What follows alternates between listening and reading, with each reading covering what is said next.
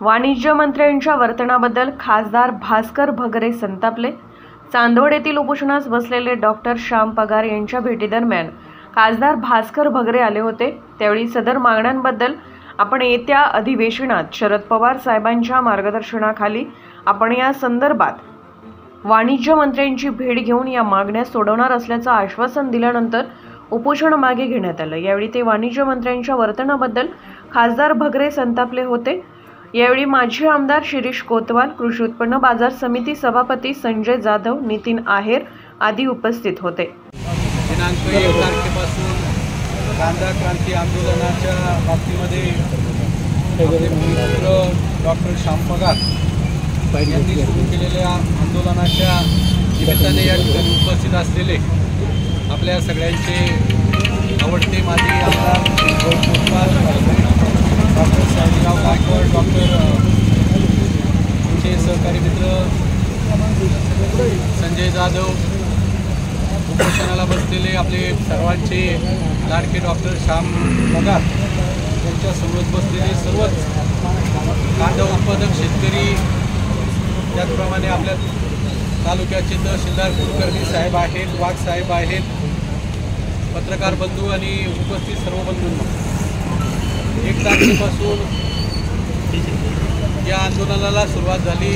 अन्नत्याग किंवा आत्मक्लेश आंदोलन म्हणून डॉक्टर श्याम पगार यांनी खऱ्या अर्थानं चांदवड तालुका किंवा हा मतदारसंघ बघितला कांदा उत्पादक मतदारसंघ आहे आणि या ही जी लोकसभेची निवडणूक झाली, लोकसभेची निवडणूक सुद्धा कांद्याचा प्रश्न झाली आणि कांदा उत्पादक शेतकऱ्यांनी माझ्यासारख्या सर्वसामान्य कार्यकर्त्यांना मदत केली म्हणून मी एवढ्या विजयापर्यंत किंवा तुमची सेवा करण्याची संधी मला कांदा हा विषय आपल्या सगळ्यांच्या विषय जिव्हाळ्याचा आहे। याच्यामध्ये सुरगाणा आणि खेडकर फार्मला उरलेल्या सर्व 7.5 तालुक्यामध्ये जिल्ह्यामध्ये मोठ्या प्रमाणावरती कांद्याचं उत्पादन होतं। परंतु या 10 वर्षामध्ये आपण जर बघितलं हे जे BJPचं सरकार या देशामध्ये काम करतं आणि याची सातत्याने भूमिका ही शेतकरी विरोधी घेतल्यामुळे हे आपल्याला वर्षभराचे जे आपलं कांदा पीक आहे त्या पिकाचा भाव वाढू कांदा वर्षामध्ये ही धोरणं सरकारची असल्यामुळे शेतकऱ्याचं किती नुकसान होतोय। काबाड कष्ट करून किंवा दुष्काळी तालुक्यामध्ये कांदा पिकवला जातोय, शेतकरी किती त्रासला आहे। म्हणजे बऱ्याच दिवसानंतर कोरोनानंतर मागच्या डिसेंबरमध्ये कांद्याला कुठंतरी 4-4.5 हजार रुपयाचा भाव मिळायला सुरुवात झाली आणि निर्यात बंदी करून टाकली। आपण आंदोलनं केली, सरकारला निवेदनं दिली, परंतु सरकारने त्याची दखल घेतली नाही आणि शेवटी निर्यात बंदी उठवली तरी त्याला 8% टाकल्या, 40% निर्यात शुल्क लावलं। आज आपण बघतोय आज कुठंतरी निवडणुकीमध्ये तुम्ही सगळ्यांनी दणका दाखवला म्हणून कांदा 3,000च्या जवळपास गेला, परंतु त्याने काही आपलं समाधान होणार नाही। नुसती तात्पुरती मलकपट्टी करून हा प्रश्न सुटणार नाही आणि म्हणून डॉक्टर साहेबांनी या कांदा क्रांती आंदोलनाच्या बाबतीमध्ये ज्या मागण्या केल्या की धोरण सारखं आयात निर्यातीचं धोरण सातत्याने बदलण्याचं काम, अचानक रात्रीतून काय निर्णय होतात आणि दुसऱ्या दिवशी आपल्याला किंवा आजपर्यंत जे निर्णय झाले मग नोटाबंदीचा असेल, GSTचा असेल किंवा आयात निर्यातीच्या बाबतीतचे हे रात्रीचे होतात आणि त्याचा परिणाम शेवटी आपण सर्वसामान्य जनतेला भोगावा लागतो। आयात निर्यात धोरण असावं, प्रति क्विंटल 4,000 रुपये खाली निर्यात शुल्क नसावं, अशा अनेक ज्या गोष्टी किंवा टप्प्याटप्प्याने निर्यात बंदी करायला हरकत नसावी। 5,000च्या वर जर भाव गेला स्थानिक बाजारपेठेमध्ये 5,000च्या वर गेला तर टप्प्याटप्प्याने करावी, परंतु हे सातत्याने अचानक एखादं चुकलं की सरकारप्रमाणे राजधानी इकडची तिकडं करायची अशा पद्धतीने येते आणि मी आता एक तुमच्या सगळ्यांच्या आशीर्वादाने काम करण्याची संधी मिळाली। 1 महिना झाला, आज बरोबर महिना होणार नाही, आज दुसरा जगला तर खाणारे देखील तुम्ही किती देशामधून आयात करा आणि आयात केलेलं सगळ्यांना देणं सोपं होणार नाही, परंतु तरी आपण सगळ्यांनी ही जबाबदारी माझी विनंती डॉक्टर साहेबांना की आपण, कारण आज 6वा दिवस आहे आणि 6वा दिवस कारण अन्न त्याग करणं, बोलणं आणि करणं याच्यामध्ये फार फरक असतो। ते करताय मला वाटतं युक्तीच आहे, तुम्ही सगळ्यांनी त्यांना सपोर्ट केला आहे, मी तुमचंही अभिनंदन करतो। आणि डॉक्टरांना आपल्या सगळ्यांच्या वतीने विनंती करतो की आपले जे प्रश्न आहेत, आता 7 तारखेला हिवरगावला कांदा मार्केटच्या उद्घाटनाच्या निमित्ताने जिल्ह्यातले किती खासदार त्या ठिकाणी आहेत, बाकीची सगळी आजी माजी लोकप्रतिनिधी सगळ्यांना त्या ठिकाणी निमंत्रण दिलेलं आहे आणि कांद्यासाठी ते मार्केट आहे आणि म्हणून आपण त्या ठिकाणी यावं, तुमची सगळ्याबरोबर बैठक घालू.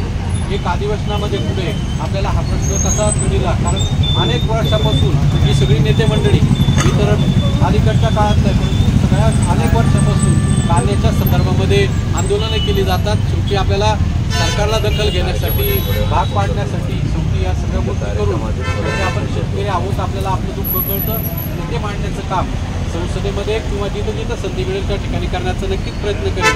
मी सगळ्यांच्या वतीने डॉक्टर श्याम पगार यांना विनंती करतो की आमच्या विनंतीला मान देऊन आपण शेतकरी जगलात तर आपण सगळे जगणार. शेतकरी पुत्र आहात, तुमची तळमळ आम्हाला सगळ्यांना कळते आणि तीच तळमळ शासनापर्यंत कुलकर्णी साहेब आहेत, वाघ साहेब आहेत, हे सुद्धा मांडणार आहे आणि मी एक लोकप्रतिनिधी म्हणून मांडण्याचा नक्कीच प्रयत्न करतो. एवढाच शब्द. बरीचशी मंडळी कायमस्वरूपी कांदा खात नाही, कुठेही कोणी दगावल्याचं मी ऐकलेलं नाही.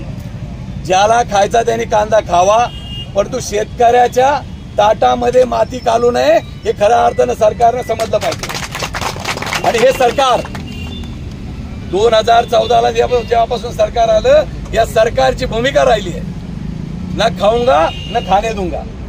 अरे तुम्हाला खायचं खाणं तिकडं मरा, पण आम्हाला तर खाऊ द्या आमच्या बरोबर सोडायला. ही अवस्था आहे, ही अवस्था आहे. तुम्हाला मी माहिती होऊन सांगतो तहसीलदार साहेब, तुमच्या अहवालामध्ये हे केलं पाहिजे. मध्यंतरी मागच्या महिन्यामध्ये कांद्याचे बाजार 2000 रुपयाच्या आत होते. 1 क्विंटल कांदा तयार करायला या शेतकऱ्याला साधारण 2000 रुपये क्विंटलचा खर्च आज 2200 रुपयावर तो गेलायचा होतो. पण जर ज्यावेळेला 2000 रुपया क्विंटलच्या आत जेव्हा आमचा कांदा विकतो ना 1400, 1500, 1200, तेव्हा तो मधला गॅप आहे 800 रुपयाचा. केंद्र सरकारला हा शेतकरी रिव्हर्स सबसिडी देतोय. मग मागच्या वर्षामध्ये जो आमचा कांदा कमी भावामध्ये गेला 2000 रुपयाच्या आत, 2000 रुपये खर्च आहे, त्याच्यावर नफा आला पाहिजे. हाच मोदी देशाचा पंतप्रधान तेव्हा पिंपळगावला आला होता, तेव्हा म्हणाले होते भाईयो 2022 तक रुको, तुम्हारी आमदानी काय करणार म्हटलं होतं ना. तेव्हा मनसेचा तरी खरं बोलतो नितीन थोरे, त्यांनी सांगितलं होतं की आम्ही शेतकऱ्यांचं उत्पन्न दुप्पट करू. अरे दुप्पट काय आहे ते देखील आमच्या पत्रात पडत नाही. खासदार साहेब, माझी तुम्हाला विनंती आहे, नाशिक जिल्ह्यातले 3 खासदार तुम्ही कांदा उत्पादक बेल्ट मधले आहात, तुम्हाला पाहिजे ते टिपणं आम्ही देतो, काय अवस्था आम्ही तुम्हाला सांगतो. परंतु यामध्ये निर्णय घेणं, शेतकऱ्याला आपलं शेतकऱ्यांचा निर्णय सरकारला घ्यायला भाग पाडणं ही मात्र जबाबदारी तुम्ही घेतली पाहिजे. मला ज्ञात आहे हे गेंड्याचे कांदडे पानगडले कोल्हे कुत्रे हे आपल्याला लवकर न्याय देणार नाही, पण आपण देखील चिंता नाही सोडली पाहिजे. एक तास श्याम पगार नाही हे जे काम केलं ते निश्चितच कौतुकास्पद आहे, निश्चितच कौतुकास्पद आहे. तुम्हाला आठवत असेल 11 डिसेंबरला स्वतः शरद पवार साहेब आपल्या असाध्य रोगानं पीडित असताना देखील चांदवडच्या चौफुलीवरती येऊन थांबले होते. एवढा मोठा कार्यक्रम त्यांनी त्या ठिकाणी घेतला होता. केलाय आता तुम्ही थांबा, जर यांनी 8-15 दिवसात 10 दिवसात जर आपलं काही जे दुष्परिणाम जाणवले, आपण परत एकदा या चांदवड तालुक्यामध्ये कांदा उत्पादक शेतकऱ्यांचं एक सामूहिक सांघिक आंदोलन उभं करू आणि शेतकऱ्याच्या वागणुकीनं किंवा शेतकऱ्याच्या हातात जर उमलं घेतलं ना, अरे भल्या भल्यांची डाळ पांचट होती, चट्टी पिवळी होतील, ते हे काय लागून चालले. काळजी करू नका, आम्ही सगळे तुमच्याबरोबर आहोत. आता मात्र थांबा, विनंती करतो आणि या ठिकाणी थांबतो. जय हिंद, जय महाराष्ट्र. अरे थांबा, मागे या जरा सगळे. पिल्यानंतर बोला ना, पिल्यानंतर बोला. तुम्हाला काहीतरी साहेब इकडे बघा, 2 फूट घ्या. समोर बघा सर. क्रांती आंदोलनाचा,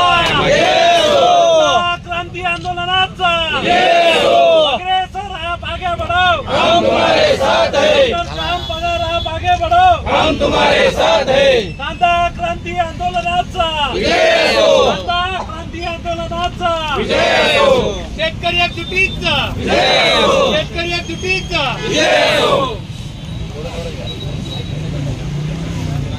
साहजिक आहे ना, संधीचा प्रश्न आहे त्यावर आपण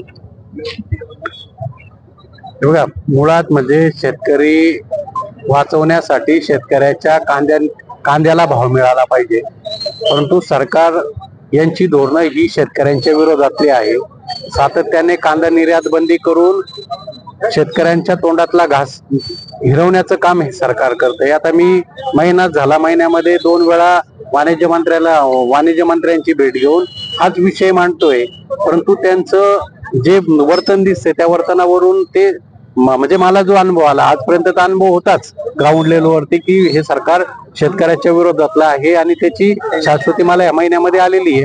आणि म्हणून आज डॉक्टरांनी या ठिकाणी जे कांदा क्रांती आंदोलनाच्या माध्यमातून जे मुद्दे मांडलेले ते मुद्दे येणाऱ्या अधिवेशनामध्ये आदरणीय पवार साहेबांच्या मार्गदर्शनाखाली किंवा तालुक्यातली किंवा कांदा उत्पादक शेतकऱ्यांचे प्रतिनिधी एक ठराविक प्रतिनिधी घेऊन आणि परत वाणिज्य मंत्री असेल किंवा ग्राहक संरक्षण मंत्री असेल, ग्राहक संरक्षक विभागाचे मंत्री असतील त्यांच्याबरोबर बैठका घेऊन शेतकऱ्यांना न्याय मिळवून देण्याची भूमिका माझी लोकप्रतिनिधी या नात्याने राहणार आहे। 5,000 प्रति क्विंटलच्या वर गेल्यावर टप्प्याटप्प्याने निर्यात बंदी करावी। 7,000 प्रति क्विंटलच्या वर जर भाव गेला तर तुम्ही निर्यात बंदी करू शकतात, पण निर्यात बंदी केल्यानंतर भाव जर 20% जर जास्त पडले तर तुम्ही ती निर्यात बंदी उठवायला हवी।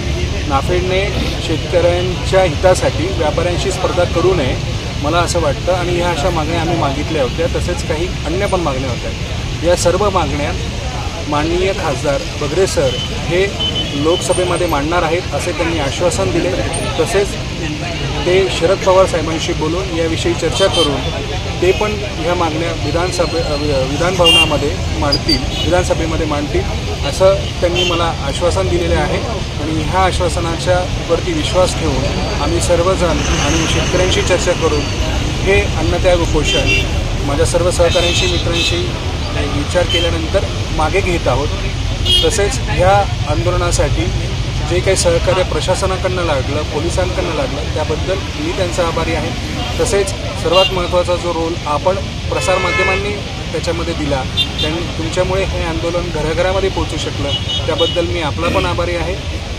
माझी जे पण अपदेष्ट असतील, मित्र असतील, गावातील सर्व लोक असतील, चांदवड तालुक्यातील सर्व गावकरी असतील, या सर्वांचा मला ह्या अन्नत्याग उपोषणासाठी जी प्रेरणा मिळाली, तुम्ही इथे येऊन बसत होतात, माझ्यासाठी मला जे प्रोत्साहन देत होतात, मी उपाशी जरी असलो तरी मला हसवण्याचा जो प्रयत्न करत होता, काही जणांनी मला प्रामाणिकपणे थोडेसे वेगळे पण सल्ले दिले, पण ते असं असतानासुद्धा मी माझ्या मतावरती ठाम राहिलो। माझी शुगर जरी प्रत्येक वेळेस 100च्या खाली राहिली, वजन जरी 4-5 किलो झालं, वजन जरी कमी झालं असलं तरी मात्र तुमच्यामुळे माझा उत्साह मात्र या आंदोलनामुळे वाढलेला आहे, माझी हिंमत वाढलेली आहे। या सर्व गोष्टी होऊ शकल्या या सर्व तुमच्या गावकऱ्यांमुळे आणि सगळ्या चांदवड तालुक्यातल्या किंवा सर्व नाशिक जिल्ह्यातल्या त्यात तेवढ्यातली काही लोकं असतील सर्वांचाच या पाठिंबा असल्यामुळे मी हे करू शकलो आणि या सर्वांचे मी आभार मानतो।